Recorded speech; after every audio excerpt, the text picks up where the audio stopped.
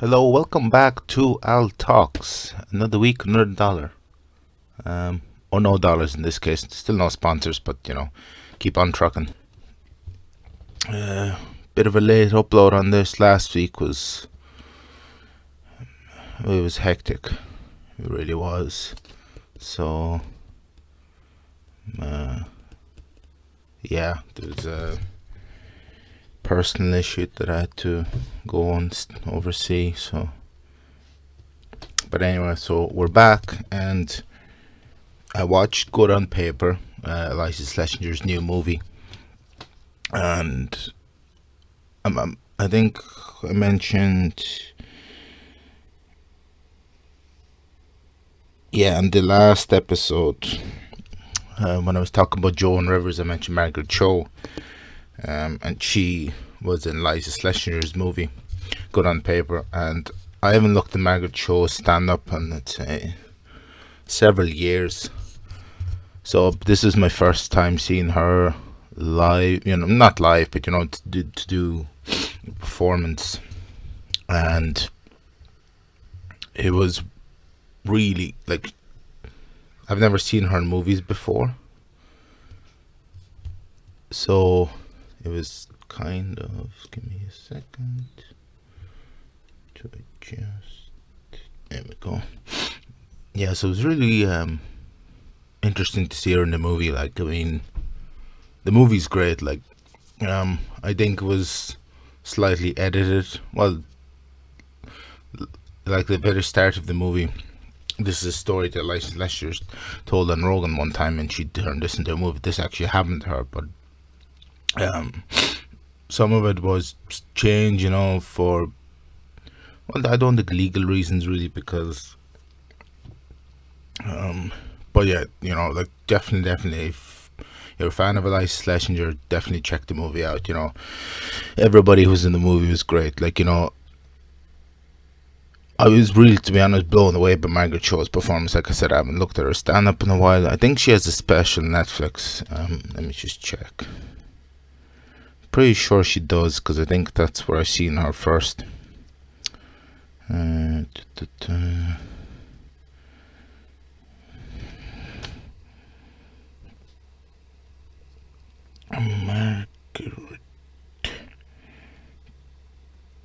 Cho.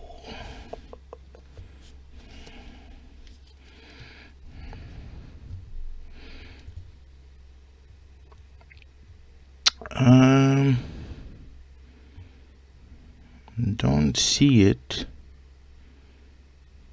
No, I don't see it, but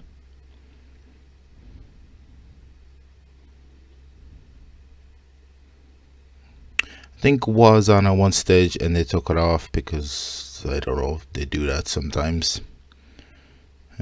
Joan Rivers' special is up there. I don't think they'll ever take that down, really, to be honest. But yeah, I think they took it off. But I watched it before they took it off. But it was,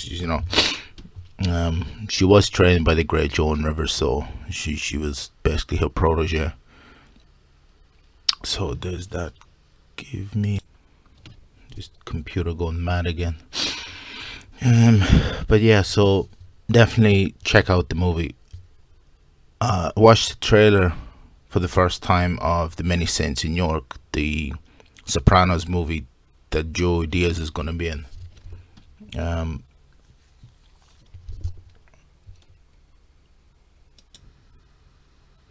The movie is an origin story for Sopranos, and Michael Gandolfini, who's John Gandolfini, the guy who played Tony Soprano in the original Sopranos, he's playing, a younger Tony Soprano.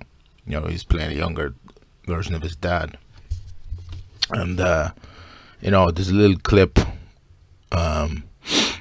where Joey Diaz is sitting at a big table with all the mobsters. And I genuinely cannot wait till the movie comes out. I think Joey Diaz said September is when it comes out. I think he's renting a big theater somewhere and they're going to all watch it with all the top tier Patreon people. So that's something to look forward to. Not a lot of movies being released this year. So definitely going to give that a watch. But the other best news is last week on Uncle Joey's Joint, he had double episode with Lee Syatt. Now everybody's been asking. I've watched a little bit about I was telling you a couple episodes back that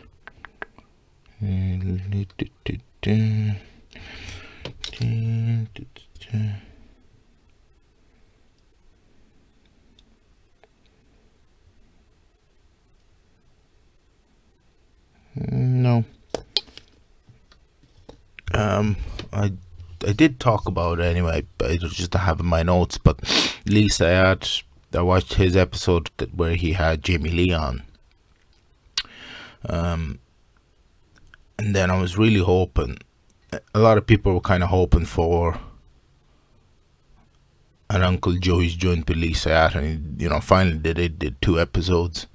I did one on Monday, part 1, and part 2 was on Wednesday, and I watched both of them, and they're incredible. They've explained how the first episode was Joey Diaz titled it "Living in Hell, Not Knowing It," because what they were doing was, the amount of edibles they were taking and how it was affecting both Lee and Joey and the move.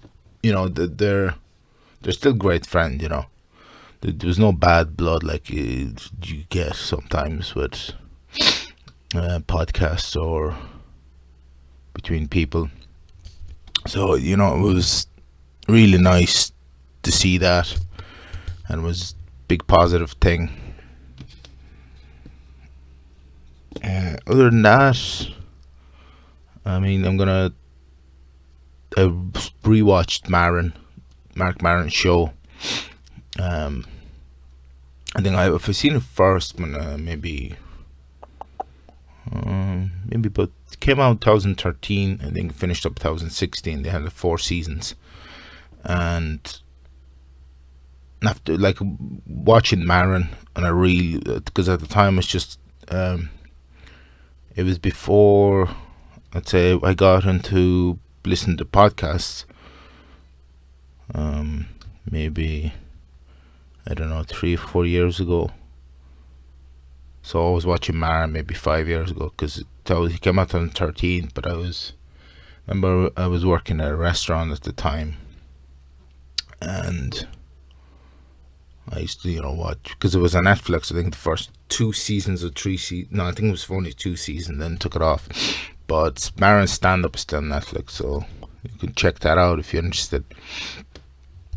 But Maron's show is great, because on the show, Joey Diaz appears in 2 episodes. Whitney Cummings is, I think, in 2 or 3 episodes. Ron Perlman is in season 4. There's a bunch of comics there as well that make odd appearances. And the show is like, Mark was the executive producer on it, and he also, he created it, but the person who wrote it did a great job as well. It's definitely worth a watch. They're not overly a mad series. It's only 4 seasons, but yeah, it's definitely great stuff to check out if you're interested.